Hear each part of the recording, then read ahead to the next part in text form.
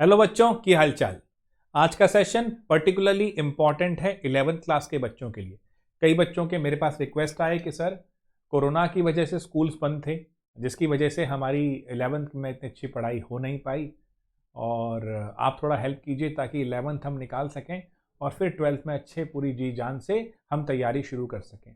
Particularly उन बच्चों के लिए क्लास 11th के 5 जो सबसे इम्पॉर्टेंट टॉपिक्स हैं, जो चैप्टर्स हैं, उनके लिए ये स्पेशल एक यू कैन से एक क्रैश कोर्स टाइप 4-5 क्लासों में हम इसको ख़त्म करेंगे बच्चों।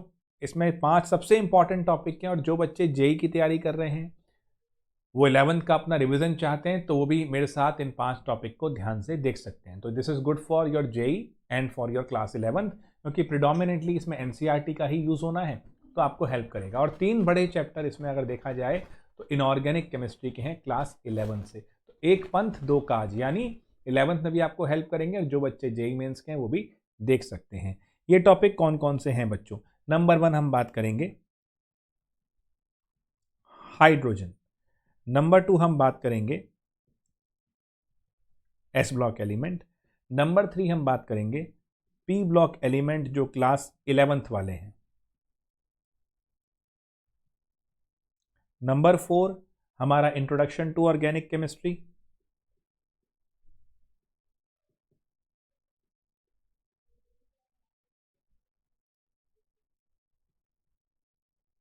और देन नंबर 5 हाइड्रो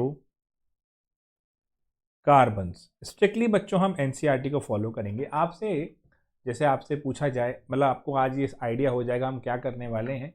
ये क्लासेस डोमिनेटली आपकी मंडे वेडनेसडे फ्राइडेज में आएंगी और तो विद इन अबाउट आप लगा लो इस वीक और अगले वीक तक ये वाइंड अप हो जाएगा सेशन। इंपॉर्टेंट चीज़ें कैसे मैं कह रहा हूँ, क्या चीज़ आपके लिए बहुत इंपॉर्टेंट है, जैसे आप अगर ध्यान से देखें तो 13.13 आपके एनसीईआरटी में वो जो कन्वर्जन दे रखे हैं वो इंपॉर्टेंट है। ओजोनोलिसिस एक बहुत इंपॉर्टेंट है, नॉमेनक्लेचर एक बहुत इंपॉर्टेंट पॉइंट है यहाँ दे रखा है जो, और इलेक्ट्रोफाइल न्यूक्लियोफाइल पहचानना ऑर्गेनिक में ये इंपॉर्टेंट हो गया। उसके साथ साथ अगर हम देखें तो हाइड्रोजन में क्या क्या चीज़ें हैं। हाइड्रोजन में अब सबसे इंपॉर्टेंट टॉपिक मैं आज आपको बता रहा हूँ, जिनको मैं भी आपके साथ डिस्कस करूँगा। तो इम्पॉर्टेंट पॉइंट्स बच्चों ये ध्यान से सुन लें। हाइड्रोजन की जब बात करते हैं तो हाइड्रोजन में सबसे पहले आपको ध्यान देना है हार्डनेस ऑफ वाटर जो टॉपिक है, टेम्परेरी एंड परमानेंट हार्डनेस की जब बात करते हैं, टेम्परेरी बॉयल करने से दूर हो जाए, परमानेंट जो बॉयल करने से दूर ना हो। भाई एक बच्चा है और शैतान बच्चा है, पढ़ाई वढ़ाई नहीं करता, थोड़ा डांटा, टेम्परेचर बढ़ाया, बॉयल किया, वो शैतानी करनी उसने छोड़ दी, तो वो टेम्परेरी हार्डनेस है।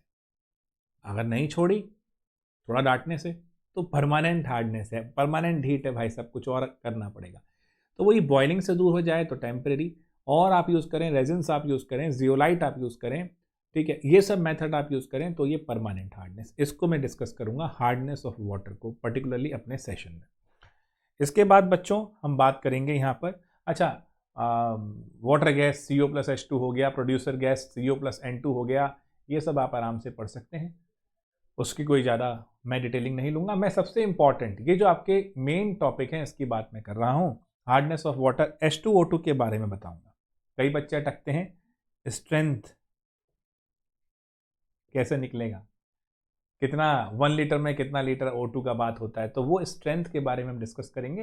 प्रमुख जो टॉपिक है जैसे मैंने कहा इसके बारे में, H2O2 की रिड्यूसिंग और ऑक्सीडाइजिंग जो हम बिहेवियर को देखते हैं, जो रिएक्शंस दे रखी हैं बहुत इंपॉर्टेंट हैं और जेई मेंस के पॉइंट ऑफ व्यू से तो बहुत ही इंपॉर्टेंट है, तो उनको यहाँ देखा जाएगा। तो H2O2 और उसकी रिएक्शंस को हम यहाँ पर हाइड्रोजन में देखेंगे।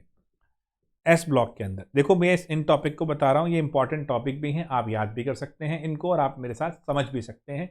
इसके अलावा कोई टॉपिक पढ़ना है इनमें तो आप आज के वीडियो के कमेंट बॉक्स में डाल दीजिएगा। एस ब्लॉक के अंदर हम लेंगे, यहाँ पर जनरल प्रॉपर्टी होती हैं, एक बार इसी चैनल पे मैंने पीरियोडिक प्रॉपर्टीज डिस्कस की हुई हैं, वो आप देख सकते हैं। एटॉमिक रेडियस, जैसे मैं आप सिंपल एक बात कहता हूँ, देयर इज ओनली, हम अगर बात करें तो 3 प्रॉपर्टी हैं, एटॉमिक रेडियस, इलेक्ट्रोपॉजिटिविटी और रिड्यूसिंग प्रॉपर्टी, जिसको आप मेटालिक प्रॉपर्टी के साथ भी लिंक कर सकते हो। बच्चों एक चीज़ ध्यान देखो, जो प्रॉपर्टी टॉप टू बॉटम बढ़ती हैं, वो लेफ्ट टू राइट घटती हैं, and vice versa.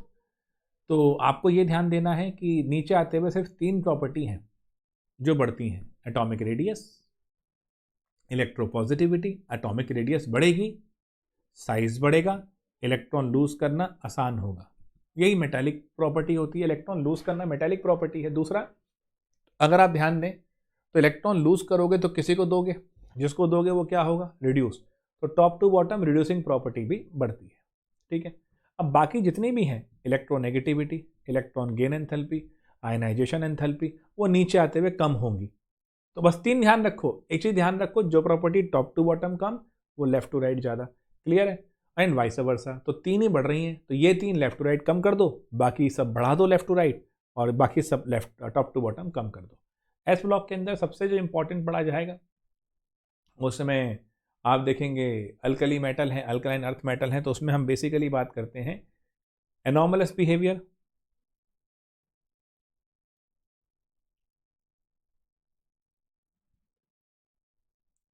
Her group का पहला एलिमेंट अपने ग्रुप के बाकी एलिमेंट से जो डिफरेंट प्रॉपर्टी शो करता है उसको एनॉमलस बिहेवियर कहते हैं। तो बेटा एनॉमलस यानी, अब जैसे लिथियम है, हाइड्रेशन एंथैल्पी बहुत बढ़िया है, तो उसकी ज़्यादातर प्रॉपर्टी उसके ऊपर रहती है। अब हाइड्रेशन एंथैल्पी क्यों अच्छा है, अरे भाई पॉजिटिव चार्ज है और छोटा साइज है, तो पॉजिटिव चार्ज ज़्यादा एक्सपोज है। अब मान लो चांदनी चौक जैसे भीड़ भाड़ वाले इलाके में मैं जाके शोर मचा के एक चमकता हुआ हीरा फेंक दूँ, तो वहाँ तो एकदम से भीड़ इकट्ठी हो जाएगी, केओस हो जाएगा। केओस हो जाएगा तो एंट्रोपी बढ़ गई। तो Li प्लस बहुत छोटा है, उस पर बहुत सारे पॉजिटिव चार्ज है, तो उस पर बहुत सारे वाटर के मॉलिक्यूल आके अटैक करेंगे। अब रैंडमनेस बढ़ गई, एंट्रोपी बढ़ गई, थर्मोडायनेमिकली स्टेबल हो गया, एनर्जी छोड़ेगा, इसलिए कहते हैं हाइड्रेशन एंथैल्पी ज़्यादा है। तो पानी के अंदर सॉरी, इसकी हाइड्रेशन एंथैल्पी ज़्यादा हो जा रही है। पानी के अंदर तो कहते हैं हाइड्रेशन की बात कर रहे हो तो। नाउ बच्चों, एनॉमलस हो गया, इसके बाद आता है डायगोनल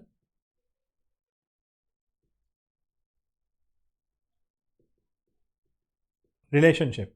हर ग्रुप का पहला एलिमेंट अपने नेबरिंग ग्रुप के सेकंड एलिमेंट से कुछ प्रॉपर्टी में सिमिलरिटी शो कर सकता है। क्यों, अभी जो बताया, लेफ्ट टू राइट कोई प्रॉपर्टी कम हुई, टॉप टू बॉटम बढ़ गई, तो इनकी नियर अबाउट सेम हो गई।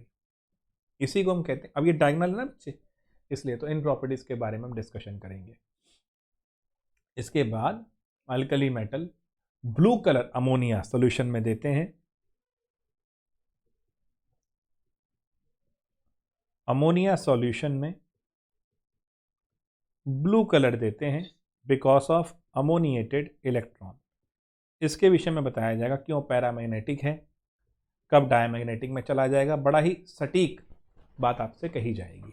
इसके बाद सॉल्ट वगैरह हैं, तो वो तो ज्ञान आप 10th में पढ़ चुके हो, वो आप देख लेंगे। पी ब्लॉक के अंदर जो बताने वाला हूं, एक तो inert pair effect, reluctance of s electron to take part in chemical bonding.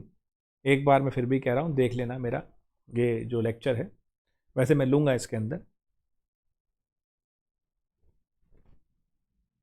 Inert pair effect के बारे में बताया जाएगा। ग्रुप 13 एंड 14 है। ग्रुप 13 के अंदर because of this inert pair +3 oxidation state की स्टेबिलिटी कम होती है, +1 की बढ़ती है। अरे भाई एस में 2 इलेक्ट्रॉन थे ना, जैसे ग्रुप 13 है, NS2 NP1 जनरल कन्फिग्रेशन है। अरे बोरोन लेना भाई, 1s2 2s2 2p1, तो 2s2 2p1। नीचे आते हुए एस वाले जो हैं वो बॉन्डिंग में पार्टिसिपेट करने से इनकार कर देते हैं, मना कर देते हैं, तो ये तो इनकी तो रिएक्ट करने की टेंडेंसी खत्म, खाली ये करेगा। तो ऊपर +3 स्टेबल होती है जहाँ तीनों कर रहे होते हैं, नीचे +1, खत्म कहानी। ऐसे ग्रुप 14 में ले लोगे, तभी तो लेड का +2 स्टेबल होता है। इसके विषय में बात करेंगे, दोनों की प्रॉपर्टीज़ के विषय में बात करेंगे। यहाँ मजा आएगा, BH3 का डाइमराइजेशन क्यों होता है, लुइस एसिड कैसे है, ऑलरेडी मैंने अपने कई सेशन में बताया, बट फिर भी एक सिलसिलेवार तरीके से बताऊंगा। तो ये जितने बता रहा हूँ ये सभी इंपॉर्टेंट टॉपिक भी हैं। जो बच्चे आज ये वीडियो देख रहे हैं वो सारे इंपॉर्टेंट टॉपिक्स को भी नोट करते चलें और याद करते चलें। खैर मैं डिस्कस भी करूंगा, लेकिन अगर जिसका एग्जाम मान लो 4 दिन में ही आ रहा है, तो भैया वो वेट कैसे करेगा इसमें आने के लिए। तो अगर वो वेट नहीं कर सकता है तो फिर वो एक काम करे भैया कि वो फटाफट इन टॉपिक को रिवाइज करके याद करके ख़त्म करे। तो बेटा हम इसमें पढ़ेंगे BH3 के विषय में। इसके बाद हमारा जो माहौल रहेगा वो इसके अंदर क्या है, ये तो BH3 हुआ, B2S6 बनाता है डाइमराइजेशन, इसी में पढ़ेंगे बनाना बॉन्ड, इसी में पढ़ेंगे ब्रिज बॉन्ड। तो ये BH3 का हुआ बेटा, ये बनाएगा B2S6। ठीक है, अब देखो मजे की बात, यहां से आगे चलोगे तो अब बोरिक एसिड की बात भी करोगे, है ना। और इसमें सबसे इंपॉर्टेंट अगर आप बात करें तो हमारा टेस्ट आ गया, बोरेक्स बीट टेस्ट जिसको कहते हैं, है ना। तो बीट टेस्ट के बारे में पढ़ाया जाएगा, जहां हम कलर के विषय में बात करेंगे, है ना, कैसे ट्रांजिशन एलिमेंट कलर की बात करते हैं। फिर हमारे जो मेजर रहेंगे सिलिकॉन्स, सिलिकेट्स के विषय में हम पढ़ेंगे, एस ब्लॉक में सीमेंट भी पढ़ेंगे वैसे, तो ये तो हम पी ब्लॉक के अंदर ये चीज़ें जरूर हम ध्यान से देखेंगे। इंट्रोडक्शन टू ऑर्गेनिक केमिस्ट्री के अंदर अगर बात करो तो मैंने आपको इलेक्ट्रॉनिक इफेक्ट ऑलरेडी इस चैनल के अंदर है, वो आप वॉच कर सकते हैं। लेकिन इस समय एनसीईआरटी के बेस पे जाएंगे तो हम आपसे इंडक्टिव इफेक्ट, ठीक है, इलेक्ट्रोमेरिक इफेक्ट, इन सब के विषय में बात करेंगे। नॉमेनक्लेचर के विषय में बात करेंगे, कुछ क्वेश्चन जो एनसीईआरटी के हैं वो डिस्कस करेंगे, कुछ अगर आप चाहेंगे तो सारे कर लेंगे, कोई ऐसी बात नहीं। ऑर्गेनिक के अंदर एनसीईआरटी के सारे क्वेश्चन मैं डिस्कस करूंगा आपसे यहाँ पर। इसके बाद हाइड्रोकार्बन, जैसे देखो ना, ओजोनोलिसिस के विषय में बहुत जानकारी है, आईओसी में आइसोमेरिज्म तो करना ही है, अब ओजोनोलिसिस के विषय में बहुत जानकारी पेल रखी है। अच्छा बच्चों, आईओसी में ना इंट्रोडक्शन टू ऑर्गेनिक केमिस्ट्री में वो एनालिसिस भी हैं, क्वालिटेटिव और थोड़ा सा क्वांटिटेटिव के विषय में भी हैं, अमाउंट चेक करना है, वो ना ज़ेल्डाल method, Dumas method.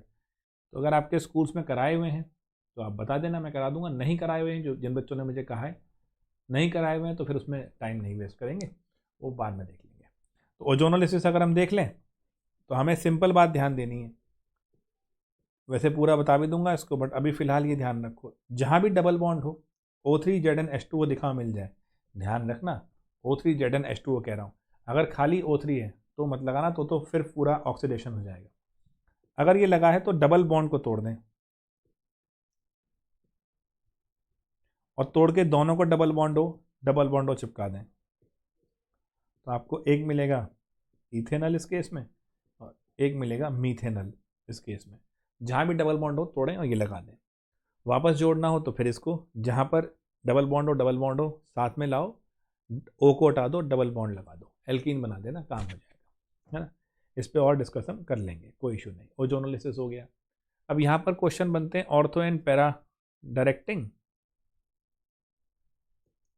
And Meta directing. जैसे आपसे कह देगा भैया, अब वहाँ पर प्रॉब्लम आएगी कि मान लो पैरा नाइट्रो ब्रोमोबेंजीन बनाना है तो पहले ब्रोमिनेशन करें या पहले नाइट्रेशन करें। अब पैरा नाइट्रो बनाना है तो पहले ब्रोमिनेशन कर लो, मेटा नाइट्रो बनाना है तो पहले नाइट्रेशन कर लो। तो ये सब चीज़ें ध्यान रखनी पड़ेंगी इलेक्ट्रोफिलिक एरोमेटिक सब्सटीट्यूशन के अंदर।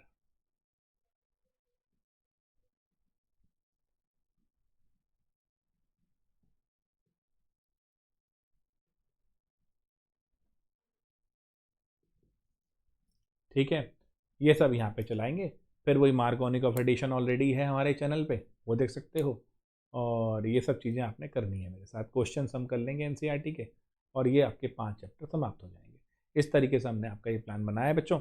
इसके अलावा कुछ चाहिए तो बता देना। देखो टाइम का एक हमारे साथ लिमिटेशन रहता है, तो ये मैंने प्रमुख देखे हैं, इससे आप स्कूल्स के अंदर बहुत अच्छे नंबर से निकाल लेंगे।